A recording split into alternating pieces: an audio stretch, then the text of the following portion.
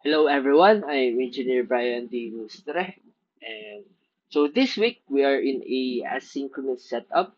So I'll be just sending you this recorded video or recorded lecture for our midterm topics. So our midterm is composed of two modules since yung prelim natin ay dalawang modules. Ngayong midterm natin may dalawa ulit tayong modules. So our first module for midterm is all about aircraft stability. So, the topics included in this module are just review or natakal natin siya during our prelim period sa ating aircraft structures 1. So, yun, listen up na lang. May mga bagong may introduce sa topics, pero mostly dito, review lang talaga siya. Okay? So, let's start. Here are the topics that I will be discussing with you in this recorded video. So first one is static stability. Second, dynamic stability. Number three, reference access. Number four, ano yung mga structural design aspects na ina-apply para dito sa different types of stability natin. Okay, let's proceed. First one, for our introduction, we are talking about, when we talk about stability, or the formal definition, stability is the aircraft's tendency to return to a stable state of flight without any assistance from the pilot, despite being interrupted by an internal force. External force pala. So yun, stability. From the word stable, yun, yung iniisip ko lang dito palagi, pag sinabi nating stability or stable, from the word stable, may root words din yan. Para sa akin yung root words nun ay stay tsaka able. Sabi, if the aircraft is able to stay at its original flight path or original state, masasabi natin stable yung aircraft niya. Stay able. So, parang yan. Kung kaya niyang manatili dun sa original flight path niya or original state niya. So, halimbawa, let's say, meron tayo dito, ito, kamay ko. Halimbawa, ito yung aircraft flying na apply natin siya ng external force. Ano yung external force? For example, merong sudden gust.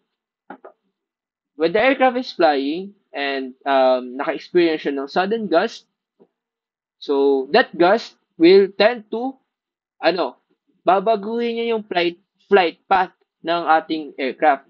Pero, masasabi nating stable yung aircraft if after that gust, after that interruption exerted by an external force, babalik siya sa original state niya. So, pag bumalik siya sa original state niya, without any assistance from the pilot, ibig sabihin, stable yung aircraft natin. So, when we say stable, ito yung tendency ng aircraft to return to a stable state of flight. Okay? When we talk about stability or stable, meron tong another word which is controllable. Pero, um, these two words, stable and controllable, they are very, magkabaliktad sila. Okay?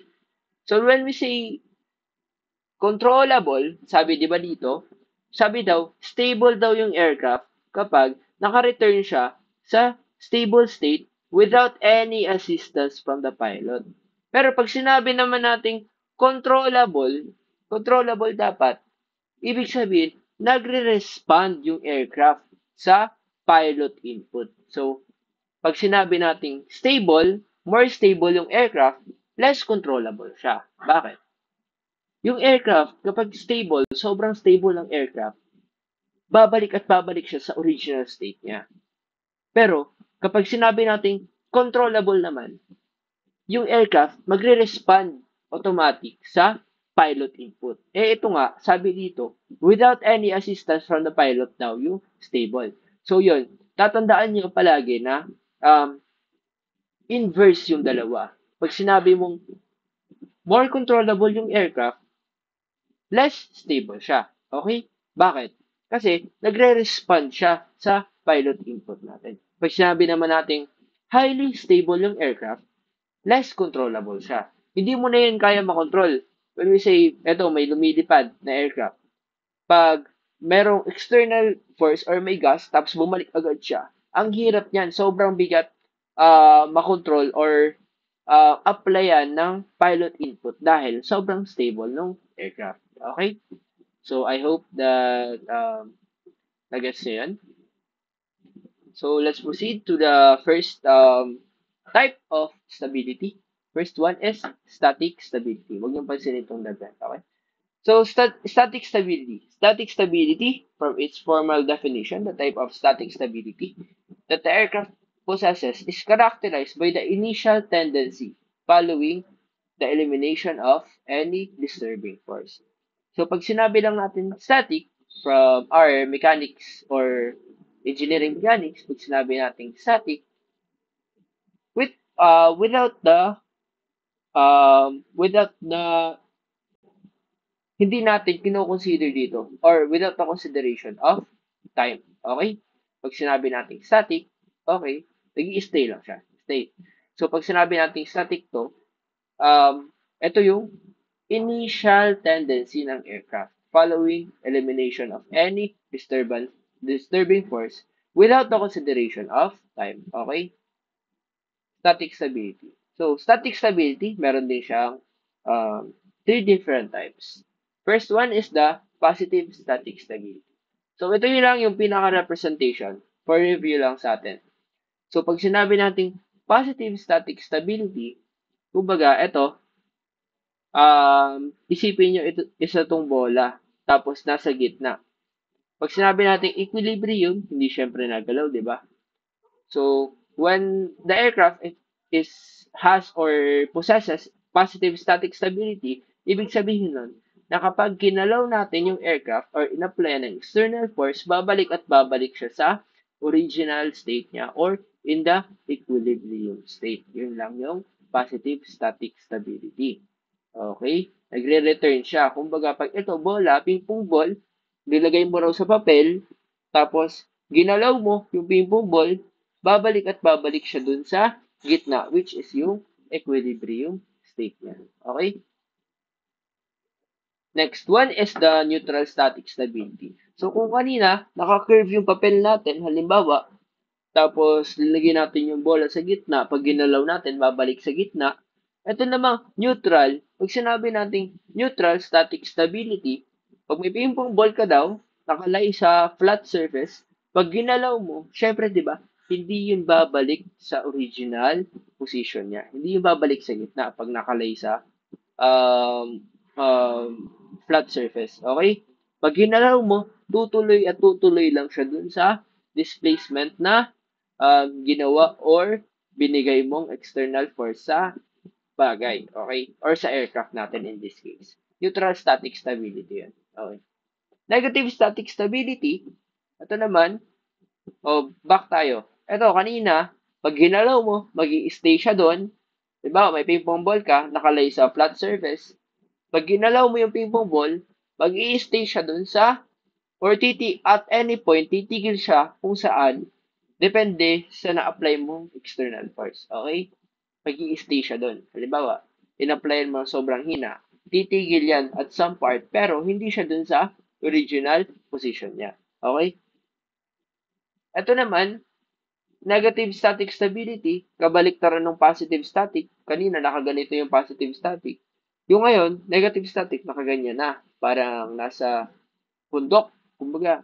So, pag nilagay mo raw dyan, yung ping-pong ball mo, or in our case, aircraft, pag naka-experience ng sudden gust, or yung ping-pong ball mo, gawin mo, tutuloy at tutuloy siya pababa. Okay? Tendency to continue in a displaced direction. Okay? So, pag yung aircraft mo raw is ginalaw mo at tumuloy-tuloy siya sa paggalaw, kung saan finalo niya yung displacement direction, negative static stability yung tawag natin doon. Okay? So, we have here, the second type is the dynamic stability. Dynamic stability is characterized by resulting motion of the displacement with time. So, ito, tatandaan nyo, with time. Pag sinabi natin dynamic, okay, dynamic, gumagalaw sa mechanics natin. Pero dito, Dynamic stability is characterized by the resulting motion daw of the displacement with regards to time or over time. Okay? Kino-consider na natin dito yung oras sa reaction ng aircraft sa external force. So we have here also the first type of dynamic stability. First one is positive dynamic stability. This is the representation of positive dynamic stability. So, kung para ma-represent natin to, ito yung displacement, nasa y-axis natin, and x-axis natin is with regards to time. Kanina, wala tayong ganito kasi wala namang, hindi natin kino-consider yung time sa static stability. Okay. So, halimbawa daw, ito daw yung original flight path natin, displacement. Kasi, di ba, kung titignan natin to sa Cartesian plane natin, ito yung zero value. Lahat na nasa baba, negative. Lahat na nasa taas, positive. Kung Cartesian plane yung titignan natin. Okay? Pag sinabi daw nating positive dynamic stability, pag naka-experience yung aircraft mo, kasi ba ito yung original flight path niya, naka-experience yung aircraft mo ng sudden gas, nagde-decrease yung oscillation. Okay?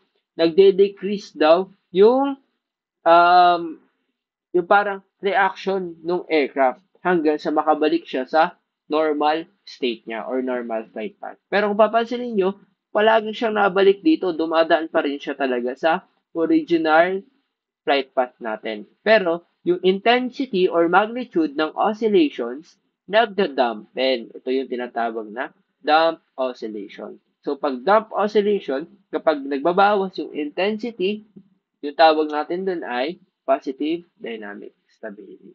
Okay? Next is neutral. Neutral dynamic stability, ito naman ay undamped oscillation. Okay?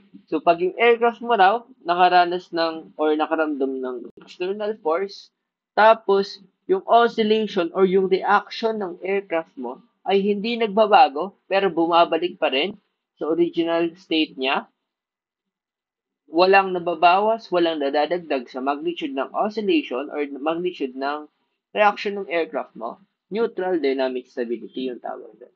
So, kung papansinin natin talaga, with regards to dynamic stability, time over time, ito palagi. May time na usapan dito. Okay? Negative dynamic stability, kung mapapansin nyo, ito yung term, divergent. Wait lang. Divergent oscillation. So, ibig sabihin nun, from the word divergent, di ba? Di ba convergent, papaliit kanina. Parang converging, di ba? Converging is from large area to small area. So, yun yung sa positive static stability natin. Pero damp oscillation yung tawag sa kanya kanina. Dito naman, divergent oscillation, ibig sabihin daw, if yung magnitude ng oscillation na ginagawa or reaction ng aircraft mo sa certain external force or gas ay nag-i-increase over time, ibig sabihin, negative dynamic stability siya. Okay? So, yung usapan dito, parati pa rin siyang stability. So, parang stable pa rin naman siya kasi bumabalik siya dun sa original position natin. Pero, nag-i-increase lang yung magnitude. So, ito yung pinaka-undesired natin, kumbaga sa aircraft. Mas gusto natin na positive dynamic stability yung aircraft natin compared dito sa negative dynamic stability. Kasi, pag yung negative dynamic stability sa aircraft natin is sobrang lakas, ibig sabihin, makaramdam lang yan ng sobrang liit na gas or sobrang konting external force, mag-i-increase at mag-i-increase yung reaction ng aircraft mo hanggang sa maging uncontrollable na siya. Okay? So, or unstable na talaga. So, airplane reference axis. So, ito, review lang, a little bit review. Pinaliwanag ko sa inyo dito is yung hotdog method. Ewan ko lang kung na-explain ko ba yun sa inyo. Pero, ito, for example, we have here tatlong axis sa aircraft. We have the lateral axis, the longitudinal axis, and the normal or vertical axis. So, about this axis naman, itong mga axis natin, nag-act siya saan? Sa center of gravity natin.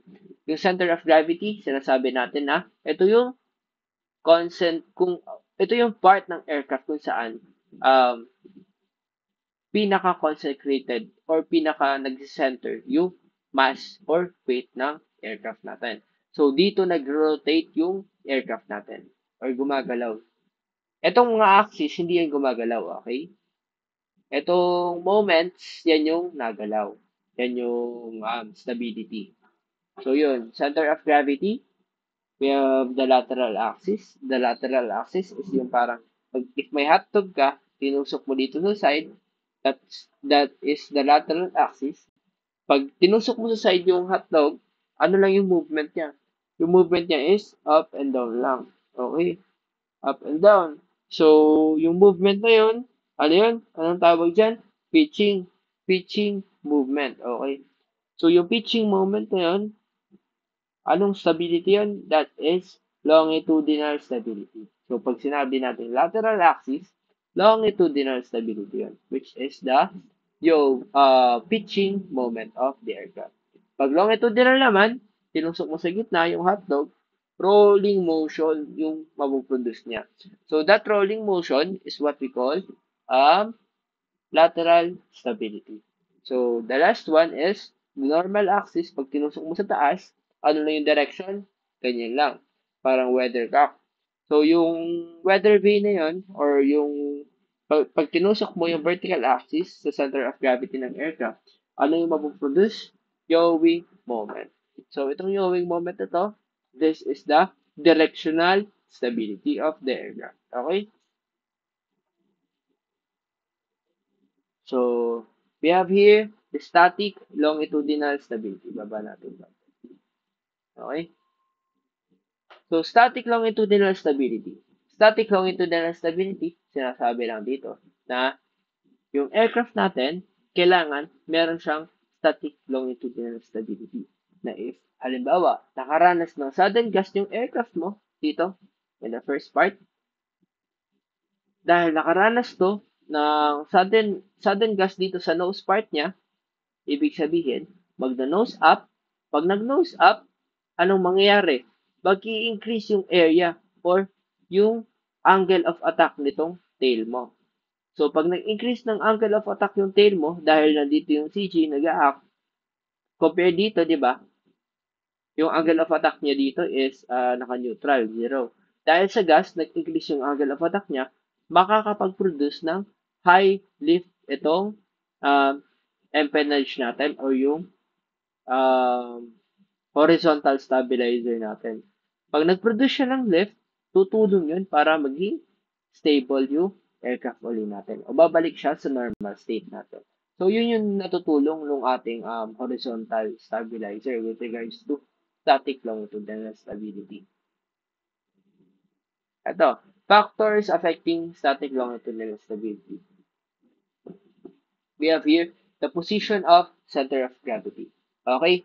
So, sabi, the more forward the center of gravity, the greater the effort needed to maneuver the aircraft. Okay? So, pag mas unahan daw yung center of gravity, mas kailangan greater effort or greater pilot input yung kailangan para mamaneuver yung aircraft natin. So, positioning the center of gravity too far forward results in excessive stick forces, rendering the aircraft highly tiring to operate and type. So, bakit? Ano bang explanation natin doon? Nakikita natin tong A and B, di ba? Ito yung moment arm natin. Tinatawag natin yung moment arm. So, papansinin mo, if forward CG daw, if naka-forward daw yung center of gravity, mas malaki yung moment arm natin ng tail mo kaysa dito sa B na mas short. So, sinasabi dito na A is greater than B. So, yun. Sinasabi na ito, pag mas more forward or mas malayo yung moment arm, mas stable yung aircraft. And pag sinabi natin mas stable yung aircraft, di ba kanina, sabi natin, the more forward, mas kailangan din, mas mataas yung pilot input natin. Kasi sabi nga, stable, yung aircraft mo, kapag babalik siya sa normal state niya, without any pilot input. So yun, the more stable, the less controllable. Kaya sinasabi dito na ang hirap daw i-control or very tiring to operate and fly kapag the center of gravity is too far forward. Okay? Pag sobrang layo. Kasi pag sobrang layo or too forward din, mas malayo yung moment arm natin. And the more na mas lalayo, the more na mas effective yung tail section natin or yung horizontal stabilizer natin. So, the more na mas malayo, halimbawa, the more na mas malayo yung horizontal tail natin, kahit less lang yung lift na maproduce niya dahil malayo yung moment arm natin, yung moment niya na napoproduce is mas malaki. Okay? Compared dun sa aft CG or mas close dito sa horizontal stabilizer natin. So, yun. Next one is, ito. And explain dito is itong neutral point. Neutral point. Forward center of gravity and aft center of gravity. So, ito. Ano daw tong neutral point? So, itong neutral point daw is yung point kung saan nasa equilibrium or equal yung state ng aircraft natin. Kumbaga, pag sinabi natin, ito yung formal definition. Formal definition, formal definition of,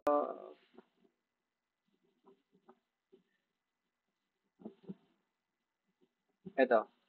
A point is reached where the aircraft has no tendency to return to a trim state after disturbance and instead stays in a disrupted position.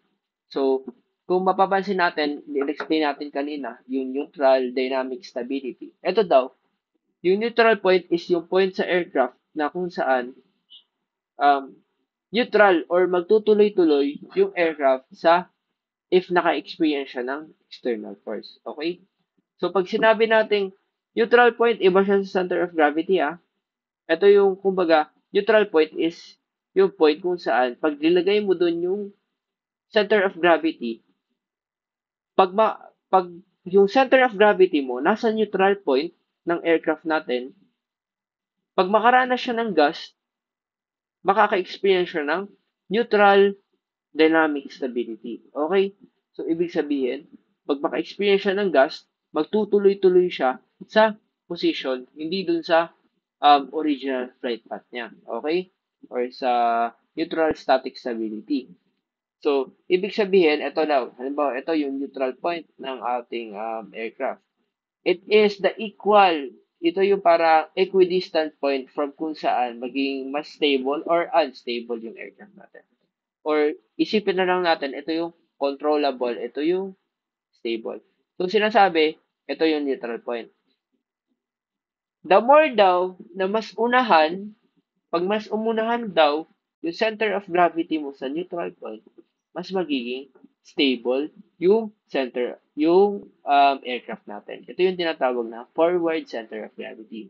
Kapag aft naman, ibig sabihin, ito yung unstable yung aircraft natin or more controllable. Kung mapapansin natin, ayun nga, yung sa explain natin kanina, nandito yung horizontal stabilizer natin. Tama naman, di ba, na kapag mag-unahan pa yung center of gravity natin, mas malayo yung moment arm niya, ibig sabihin, mas stable yung aircraft natin. Okay?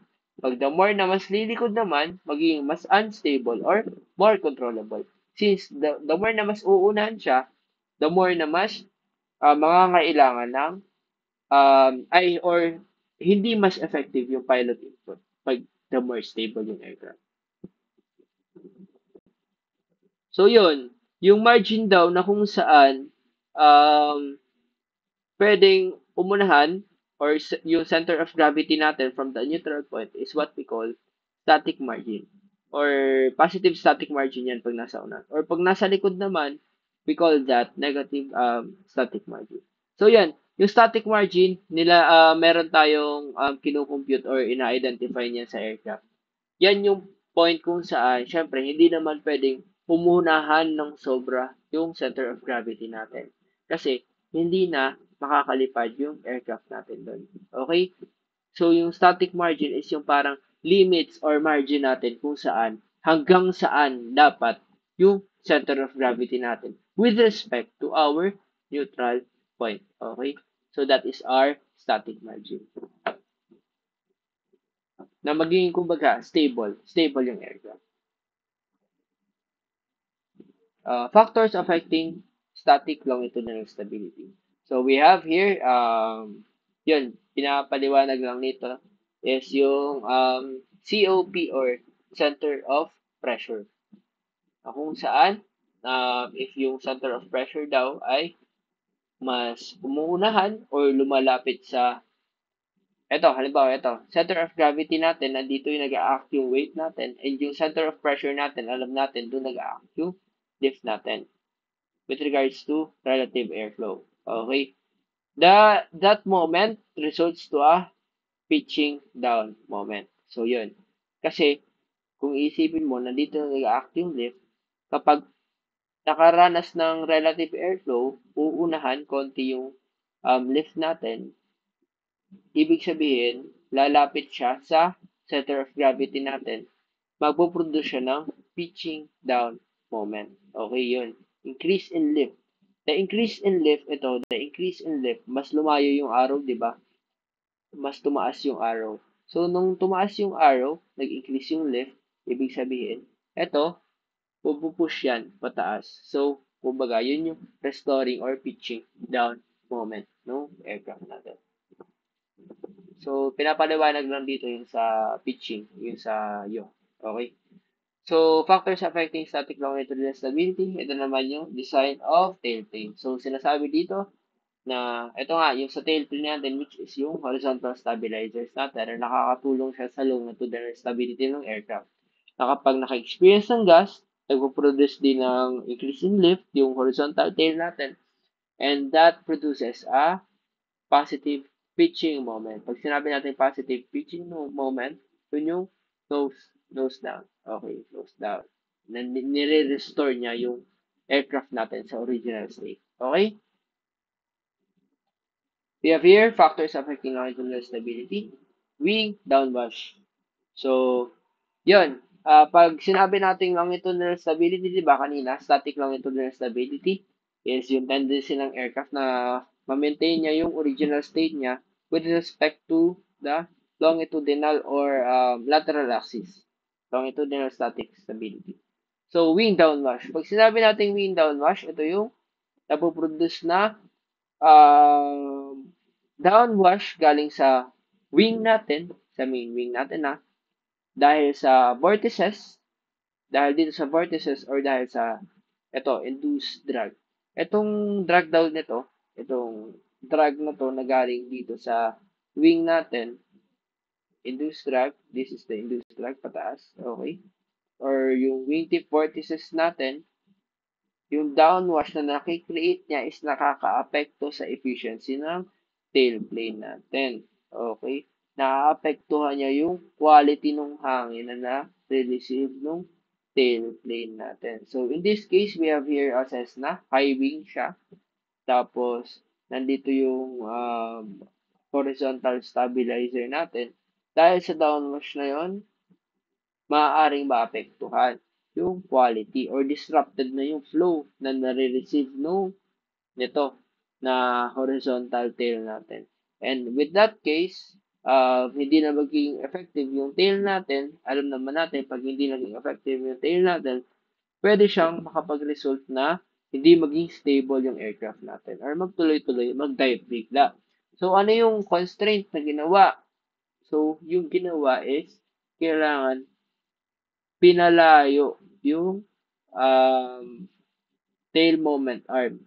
Pinalayo yung tail natin para yung downwash na napoproduce ng wing natin is hindi masyadong nakaka-apekto or hindi niya naaapektuhan yung quality ng air na nare-receive ng horizontal stabilizer natin. Ayun, pinalayo yung moment arm, okay? Okay, next one is directional static stability. Kanina, yung usapan natin is all about longitudinal, which is pitching. Ngayon naman is directional. which is yawing. So, yun. When we say, let's take a look at this sample figure. So, first figure, we have here, pag nakaranas daw ng hangin, ito yung relative airflow. So, that relative airflow, halimbawa, nag-yaw to the left yung aircraft. Pag nag-yaw to the left yung aircraft, dahil dito sa relative airflow na to, tatamaan ito, yung yung vertical stabilizer natin. And kung papansinin natin, itong vertical stabilizer natin, ito mismo, para rin siyang wing na nandito yung relative airflow. Pag tinamaan daw ng hangin, mag-i-increase yung center line. Ito, mag-i-increase yung angle of attack ng vertical stabilizer natin. Because of that increase in angle of attack, compared dun sa naka-straight, ito, tingnan nyo, ito. Tapos, ito, naka-increase na yung angle of attack. That creates an increase in lift dito. So, may tendency yung aircraft na bumalik dito sa normal state niya.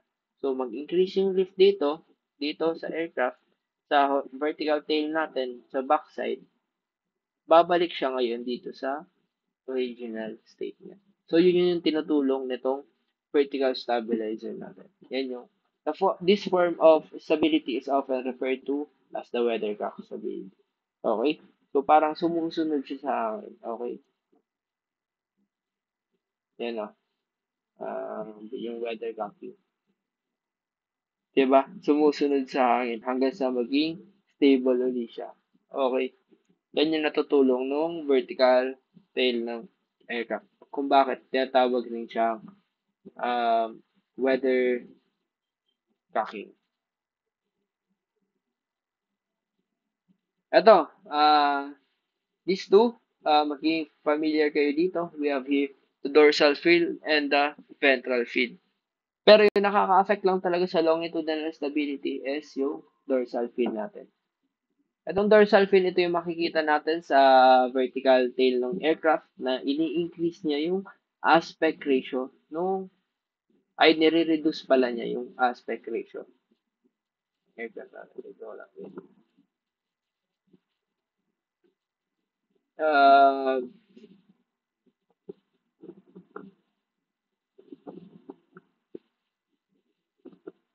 By integrating a feature distribution of the postponed store. Ini-increase niya yung surface area, tapos nire-reduce niya yung aspect ratio. Okay. Ini-increase niya yung surface area ng vertical tail natin at nire-reduce niya yung aspect ratio. So, yun. Kung mapapansin natin, pag dito sa kanina, sa taas, eto, kaya meron tayong dorsal fin para kumbaga mag-act agad yung hangin. Tatama agad siya dito pa lang sa unang part. Okay? Pag na-increase mo yung surface area, may increase din yung lift doon and mas magiging stable yung aircraft natin. Compared sa kung wala itong dorsal fin. Ito ring ventral fin, minimal lang sa ibang reference na basa ko dati. Minimal lang yung nararanasan nitong tulong nitong ventral fin. Pero mas nagagamit siya sa, I think, lateral stability. Okay? Lateral static stability. So, ayun. Kanina, directional. Tapos, longitudinal. Ngayon, lateral naman. So, yun. Ito daw yung normal na naranasan ng aircraft when experience or pag nagbabank yung aircraft natin. So, pag nagbabank yung aircraft natin, itong wing na to is merong um, nakakapag-produce siya ng slide slip.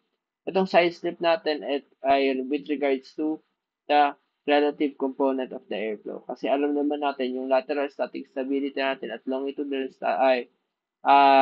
directional static stability. Connected silang dalawa. So yun, pag nag-bank down yung aircraft mo, hindi lang siya magbabank, makakapag-produce din siya ng yawing moment. Okay? So, ito, para mas ma-explain natin. Kaya ginawa ng dihedral effect.